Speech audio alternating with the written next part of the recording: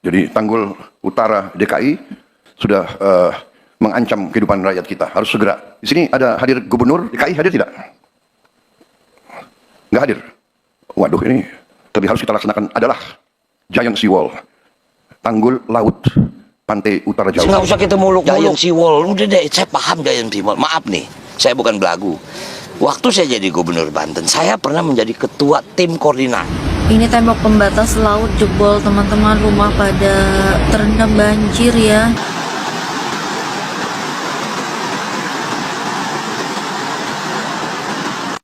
Wih kawan-kawan, ini air udah naik semua ke atas ini, yang tanggulnya dibongkar, air masuk semua nih. Waduh, di depan pasti banjir nih, nggak bisa keluar nih. Motor kita amainin semua nih, harusnya nih cepat. Yang Komandan dilaporkan untuk air rob yang ada di depan pos utama sekitar 45 cm. Untuk arus lain yang bisa lewat cuma kendaraan gede doang, kendaraan roda 2 tidak bisa lewat. Demikian dilaporkan dari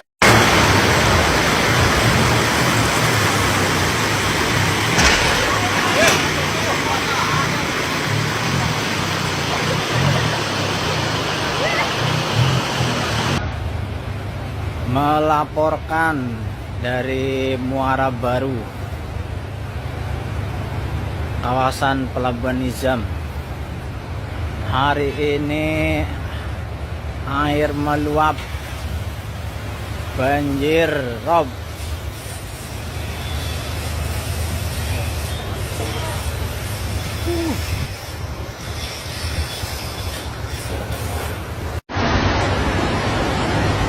Hari ini banjirnya lebih parah dari hari kemarin. Perkiraan banjirnya bakal berlanjut sampai tanggal 20. Ini ban pasangnya itu sampai 1,2. Indomaret terendam banjir, gila. Aku baru pertama kali lihat, coy.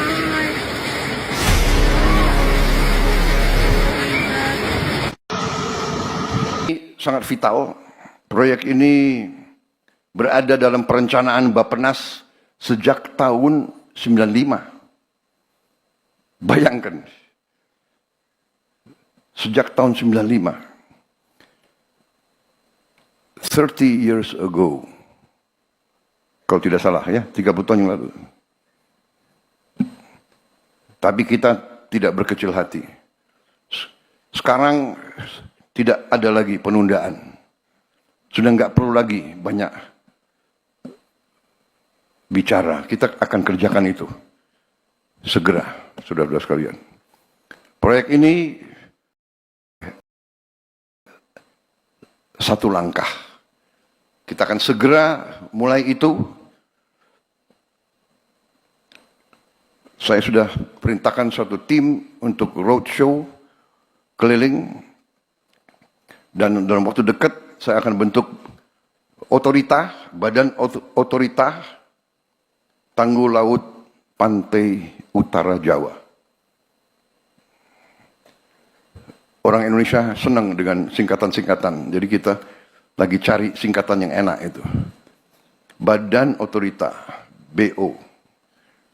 Tanggul Laut Pantura Jawa, TLPJ. Jadi BO TLPJ. Kalau disingkat gimana itu? Iftitah gimana kalau singkatannya itu? Bo apa?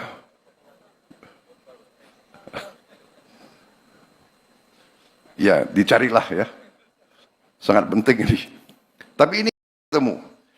Saya sudah ketemu berapa hari yang lalu.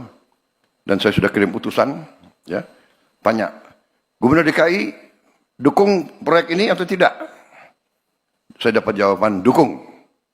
Alhamdulillah. Karena APBD-nya DKI sangat besar. Jadi saya bilang, DKI harus urunan. Pemerintah pusat urunan. Jadi kalau 8 miliar dolar, katakanlah 8 tahun, berarti $1 miliar satu tahun. Oke guys, kembali lagi bareng saya di kanal YouTube ini. Dan saat ini penanganan proses yang terkait masalah banjir yang ada di Jakarta, Tanggul Jakarta sekarang sudah mengalami masa-masa kritis dan miris sekali kalau tidak diatasi. Dan benar apa yang dikatakan oleh mantan gubernur Jakarta sebelumnya, yaitu Ahok. Dan kali ini Bapak Presiden Prabowo juga sempat angkat bicara terkait jebolnya tanggul di kawasan Jakarta Timur, Jakarta Utara maksud saya, yang memicu banjir besar dan merendam ratusan rumah warga pada Selasa dini hari. Insiden tersebut menimbulkan kepanikan karena air naik secara cepat dan membuat sejumlah warga harus mengungsi. Dalam keterangan resminya, Prabowo menyatakan keprihatinan mendalam atas musibah tersebut dan menegaskan bahwa pemerintah pusat akan turun langsung membantu percepatan dan penanganan. Keselamatan warga adalah prioritas utama. Saya sudah memerintahkan BNPB, Tentara Nasional Indonesia, dan juga kementerian terkait untuk bergerak cepat memperkuat tanggul sementara dan mengevakuasi warga yang terdampak banjir yang ada di sekitaran Jakarta Utara. Presiden juga meminta pemerintah daerah memperkuat koordinasi untuk memastikan seluruh bantuan logistik, air bersih, dan juga layanan kesehatan bergerak tanpa hambatan. Prabowo menegaskan pihaknya akan memantau proses perbaikan tanggul secara langsung dalam beberapa hari ke depan. Di sisi lain, sejumlah warga mengeluhkan lambatnya respon awal petugas setempat sebelum bantuan dari pusat tiba. Banyak yang berharap kejadian ini menjadi evaluasi serius terkait infrastruktur pengendalian banjir di ibu kota. Pakar hidrolik menilai jedolnya tanggul ini dipicu oleh curah hujan ekstrim beberapa hari terakhir, ditambah kondisi struktur tanggul yang disebabkan sudah mengalami keretakan sejak lama. Dan ini benar-benar membuat para warga Jakarta benar-benar dibuat panik, guys. Prabowo juga di sini sempat berkomitmen bahwa pemerintah akan segera melakukan audit total terhadap seluruh tanggul dan saluran air di wilayah yang benar-benar disebut dengan rawan banjir. Hingga berita ini diturunkan, petugas gabungan masih berupaya melakukan penanganan darurat, sementara sebagian warga mulai dievakuasi ke posko yang disediakan oleh pemerintah. Karena dari pemicu banjir ini, justru kali ini apa yang dikatakan oleh Ahok terkait masalah tanggul Jakarta yang sempat tidak diatasi akan mengalami jebol, dan memang sudah melihat beberapa video dan beberapa cuplikan adegan yang memang saat ini menjadi kekhawatiran bagi kita semua, karena tanggul Jakarta saat ini benar-benar sudah mulai terendam banjir karena ukuran tanggul dan si air ini rata dan daratan pun berada di posisi bawah, dan ini cukup lebih mengkhawatirkan, guys. Lalu bagaimanakah video-video lainnya? Mari kita simak video selengkapnya berikut ini.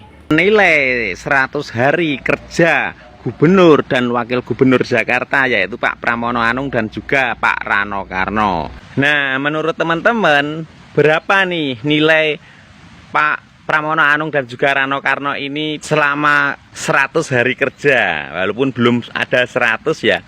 Menurut teman-teman nilainya berapa? Coba tulis di kolom komentar. Nah, kalau menurut saya Pak Rano Karno itu masih menganggap bahwa wakil gubernur itu kayak main sinetron.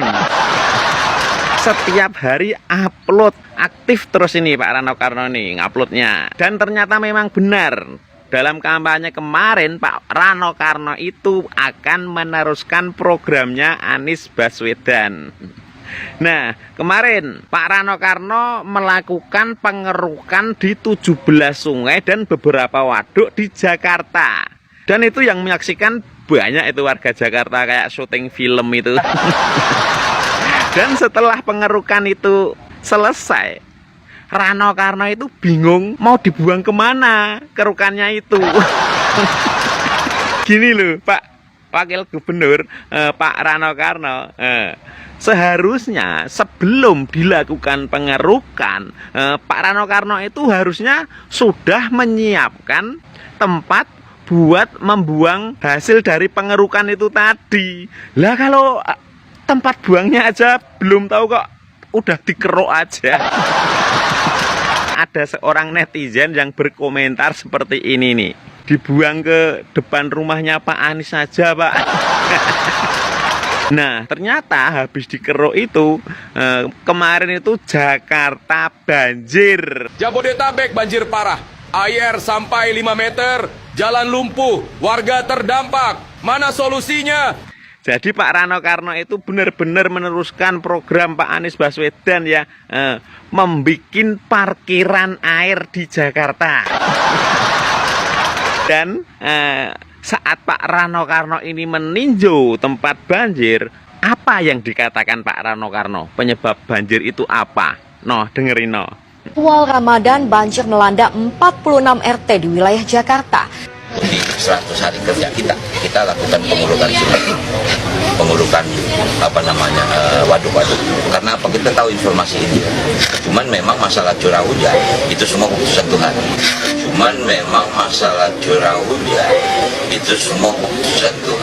Nah, bener kan? Bukan cuman mau menerusin programnya Anies Baswedan, tapi cara berpikirnya Pak Rano Karno itu juga mirip dengan Anies Baswedan. Kalau pemikiran Pak Rano Karno seperti itu, ya langsung aja Pak, hujan itu dibuatin KTP, nanti biar tidak bisa hujan sewaktu-waktu gitu. Kayak Anies kemarin loh, yang ada anggarannya berapa miliar itu untuk mengurangi Polusi udara. Dan Anies nyalain apa? Angin tak punya KTP. Logo. Gini, jika tanggul Pantai Mutiara jebol, banjirnya bisa sampai Monas. Katanya begitu, tapi faktanya memang begitu. Lu lihat bae noh, Jakarta Utara, khususnya daerah Pantai Mutiara, itu air laut lebih tinggi dari daratan. Kalau itu jebol, kelelep itu Jakarta. Lu kagak percaya, coba bae main tuh ke daerah Pantai Mutiara. Lu lihat tuh tanggul, tinggi air laut dibanding daratannya. Solusinya bagaimana? Berak sekebon, cebok sendok. Banjir ini sebetulnya sudah dikerjakan dari sejak zaman Belanda. Kalau kita melihat dari, mungkin saudara pernah lihat ya, itu kok di Gajah Mada Hayam Buruk kok ada sungai ya. Itu sebetulnya sungai buatan itu, digali. Atau kita lihat di Ancol, di bawah jalan layang tol itu, kok ada sungai yang panjang. Itu juga buatan, itu mengatasi banjir. Termasuk banjir Kanal Barat, termasuk banjir Kanal Timur, yang dikerjakan di zaman Ibu Megawati sebagai Presiden dan Bang Yos sebagai Gubernur DKI. Itu sudah dirancang oleh Belanda. Saya mungkin cerita sedikit. Kalau kita lihat di Manggarai, di sana ada satu pintu air Manggarai. Lalu di banjir Kanal Barat itu ada pintu air karet. Dulu waktu saya masih gubernur, saya lihat kok protapnya kalau pintu Manggarai dibuka, maka wajib menginformasikan ke istana. Saya dulu tidak paham. Bang Yos waktu itu tanya sama saya, bilang sama saya, ini hujan besar. Kenapa kamu tidak siaga melihat kondisi pintu Manggarai? Terus kita mendengar ada pintu Katulampa yang di Bogor. Nah kemudian saya baru sadar, oh begini ternyata sistem pengaturan banjir oleh Belanda. Jadi kalau tidak salah kita ada 13 sungai utama. Nah Belanda udah mempunyai konsep. Di antara 13 sungai utama itu ada 1.300 lebih kalau nggak salah sungai-sungai kali-kali kecil untuk menghubungkan. Nah kenapa? Teorinya ketika air datang banyak, air itu bukan dibendung. Kalau makin bendung tetap dia bisa meluap kan. Nah bagaimana didistribusikan merata? Misalnya begini. Apakah kita Belanda membangun resapan sumur resapan? Iya, kami semua lakukan. Tetapi tidak semua tempat bisa bangun sumur resapan. Karena di Jakarta ini kan, Jakarta itu kan muara ya. Nah tapi kalau ada tempat-tempat yang resapannya bagus, disitulah dibuatkan sumur resapan. Nah kenapa sungai itu bisa airnya tidak masuk semua ke dalam? Sudah jenuh. Apalagi ada lempung kan. Nah saya cerita tentang Manggarai. Kenapa ada pintu Manggarai? Ini adalah Ciliwung. Jadi ketika Katulampa siaga 1, itu dalam hitungan kalau nggak salah ya 7-8 jam atau berapa air akan sampai ke Jakarta. Nah yang jadi masalah ketika air dari Ciliwung ini datang, zaman Belanda itu kan daerah dan sungai masih besar. Tapi volume air begitu besar datang. Itu tenggelam itu. Pasti semua akan masuk. Kenapa bisa tenggelam? Pas air laut lagi pasang, airnya terhambat untuk turun. Maka ini semua kota Sunda Kelapa bisa kerendam. Nah di situ Belanda berpikir, kenapa volume air ini tidak saya bagi? Dibuatlah banjir Kanal Barat. Kemudian di zaman Pak Harto kalau salah ada buat Cengkaring Drain juga. Ini banjir Kanal Barat ini untuk mengalihkan aliran sungai dari Katulampa yang Ciliwung itu tadi. Supaya dia belok ke kiri, nggak langsung masuk ke lurus ke istana. Lalu kenapa mesti dibuat pintu air lagi, pintu air karet di banjir Kanal Barat? Karena kalau banjir Kanal Barat itu siaga 1, mungkin masih ingat ya waktu zaman saya sama Pak Jokowi baru jadi, saya wagub, Pak Jokowi gubernur, baru 1 minggu pada 2 minggu terus banjir tenggelam Menteng semua. Itu karena banjir Kanal Barat itu tanggulnya jebol. Nah kenapa jebol? Mungkin ketidaktahuan kami atau ada pihak-pihak tertentu sengaja tidak kasih tahu pada kami. Karena dari situ saya jadi belajar. Jadi ketika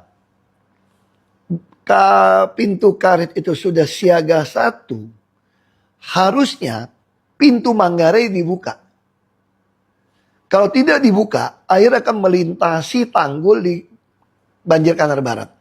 Kalau tanggul dilintasi air, mau tanggul baru pun pasti akan roboh.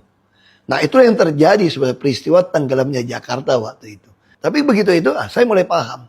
Saya panggil, saya pelajarin, lihat catatan dari zaman Belanda. Saya tanya, kenapa mesti permisi untuk istana? Rupa itu zaman Belanda pun mengalami hal yang sama. Ketika Ciliwungnya sudah, pintu karet sudah siaga 1, maka segera harus dibuka pintu Manggarai. Dengan mengorbankan istana tenggelam. Dengan mengorbankan kota Sunda Kelapa itu tenggelam. Nah itu yang dilakukan. Lalu di zaman Pak Harto, mereka mulai menyadari ini dari Belanda juga. Kalau air laut lagi pasang, ini kan nggak boleh air laut masuk ke dalam. Pakai pompa, tidak bisa pakai pompa kapasitas yang besar sekali. Mau berapa uang ya kalau bisa pompa sampai 150 kubik per detik. Itu pompa segede apa? Di situ mereka membangun waduk. Dalam rencana Belanda itu ada waduk. Di barat ada, di Marunda ada, tapi di Pluit ada untuk ngasih Ciliwung. Artinya apa? Kalau ada waduk, kapasitas pompa itu keburu untuk pompa ke laut. Nah sayangnya waduk yang dibangun oleh Pak Harto kemudian didudukin dari banyak orang. Sehingga dari pendangkalan, volume nampung jadi berkurang. Sungai-sungai juga mulai berkurang. Tanggulnya pun tidak dirapikan. Ada beberapa tanggul yang masih bolong. Ketika air laut pasang, Anda pompa air lautnya masuk lagi. Nggak ada guna. Nah inilah yang kemudian saya pelajari, udah paham seperti itu. Saya mulai bereskan waduk Pluit. Mulai kita bereskan waduk Pluit, diperdalam, tanggul diperbaiki. Lalu saya mulai mengerti, sebetulnya kita tidak pernah takut Katulampa. Apalagi ada banjir Kanal Timur yang dikerjakan waktu Pak Ibu Megawati jadi Gubernur Jakarta Basuki Cahayapurnama atau Ahok mewanti-wanti potensi banjir hingga pusat kota. Jika tanggul laut di Pantai Mutiara, Penjaringan, Jakarta Utara, jebol. Maka dari itu, Ahok memutuskan menormalisasi Waduk Pluit saat masih menjabat sebagai Gubernur DKI Jakarta. Pasalnya, Waduk Pluit merupakan pusat pengendalian banjir dari Sungai Ciliwung. Normalisasi Waduk Pluit sendiri dilakukan kurang lebih 2 tahun lamanya. Pertama, Ahok melakukan pembebasan lahan terlebih dahulu karena kawasan Waduk Pluit dipenuhi dengan ratusan bangunan semi-permanen. Keberadaan ratusan bangunan semi-permanen tersebut membuat waduk tak dapat menampung air hujan secara optimal, sehingga banjir terus menghantui Jakarta. Kemudian, setelah pembebasan lahan dilakukan, pengerukan lumpur di dasar waduk pun dilaksanakan secara rutin dari kedalamannya yang hanya 2 meter menjadi 5 meter, sehingga bisa menampung lebih banyak air. Dengan normalisasi itu, Ahok berharap agar kawasan Pluit bisa terhindar dari banjir. Mantan Gubernur Jakarta Basuki Cahayapurnama atau Permukaan air laut di Pantai Mutiara, Jakarta Utara kian mengkhawatirkan. Ketinggian air laut saat ini sudah mencapai 3,6 meter di atas permukaan tanah. Kondisi ini naik dari ketinggian normal yang seharusnya berkisar hanya 2,6 meter di atas permukaan tanah. Ketinggian tanggul sendiri adalah 4 meter dan dengan 3,6 meter ketinggian air laut, saat ini hanya tersisa 40 cm dari ketinggian tanggul untuk menahan air laut tumpah ke daratan. Upaya untuk meninggikan tanggul sudah dilakukan hingga 4 kali dan terakhir dilakukan pada tahun 2024. Tidak hanya soal ketinggian tanggul yang hampir terlampaui oleh air laut, terdeteksi terjadi rembesan air laut di dekat sebagian dinding tanggul.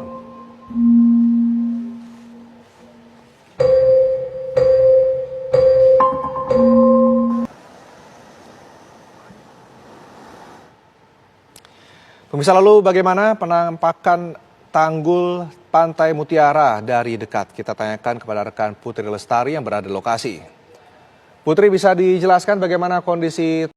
Ini sudah pernah jebol pada tahun 2024. Maksud saya bukan jebol, Rendra, namun air laut sempat melewati dari tanggul yang ada di sebelah saya ini. Apabila bisa saya tunjukkan pada tahun 2024, tepatnya pada tahun lalu, ini sempat melewati dari tanggul yang berada di sebelah saya ini. Kemudian pada saat itu, air melewati dari tanggul itu kemudian dilakukan pengecoran sehingga memang dari sini hingga tanggul ini merupakan tanggul yang baru saja dibuat pada tahun 2024. Dan saya juga ingin menunjukkan kepada Anda, ini ada rembesan dari air laut di Pantai Mutiara Pluit, Jakarta Utara yang memang melewati dari sela-sela bebatuan menuju ke arah dari perumahan di Pantai Mutiara Pluit, Jakarta Utara. Memang ada video yang viral di sosial media baik Rendra dan juga pemirsa yang memperlihatkan bagaimana ada titik yang juga mengalami perembesan, yakni berada di dalam perumahan, tepatnya di dekat kolam berenang di Sport Center di Pantai Mutiara Pluit, Jakarta Utara. Sudah memahami terkait masalah tanggul yang jebol di Pantai Mutiara, Jakarta Utara. Yang saat ini Ahok juga sempat memperingatkan keras yang pernah disampaikan oleh Bapak Ahok soal kerentanan tanggul di kawasan pesisir Jakarta akhirnya terbukti. Tanggul di Pantai Mutiara tersebut, daerah Jakarta Utara, dilaporkan jebol pada hari Selasa, menyebabkan banjir setinggi hampir 1 meter di beberapa blok perumahan elit. Warga mengaku air masuk sangat begitu cepat, membuat banyak penghuni tidak sempat menyelamatkan barang-barang berharga. Petugas gabungan dari BPBD, Dinas Sumber Daya Air, dan aparat keamanan langsung diterjunkan untuk membantu evakuasi serta menutup sementara titik jebol tersebut.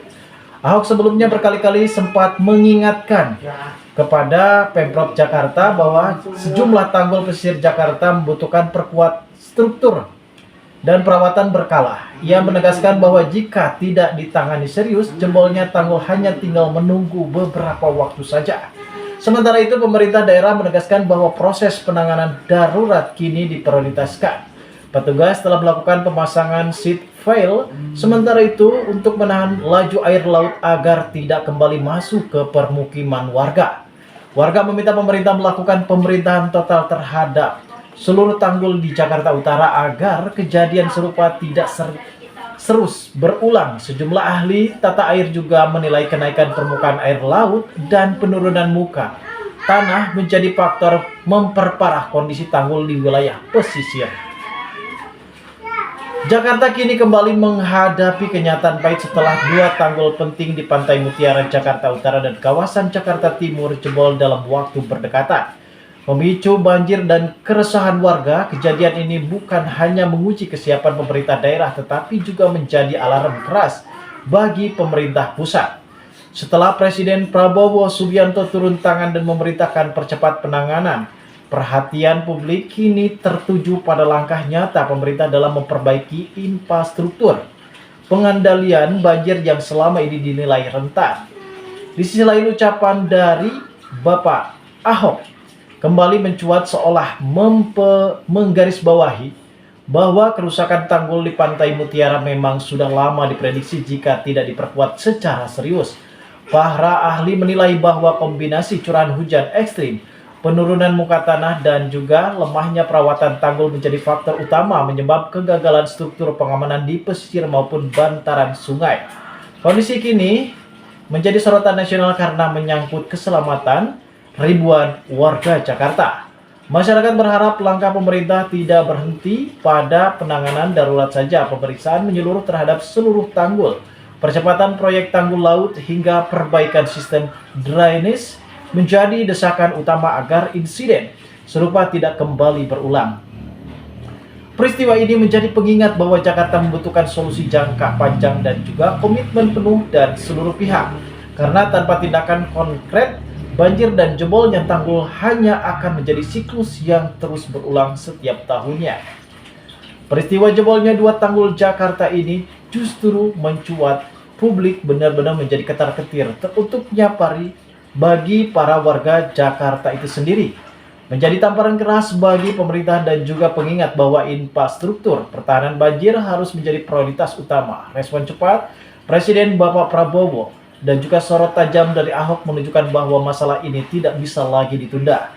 Warga kini menunggu langkah nyata perbaikan total, penguatan seluruh tanggul, dan juga strategi permanen agar Jakarta tidak kembali tenggelam setiap musim hujan. Musibah ini menjadi pelajaran bahwa keselamatan warga harus berada di atas segalanya.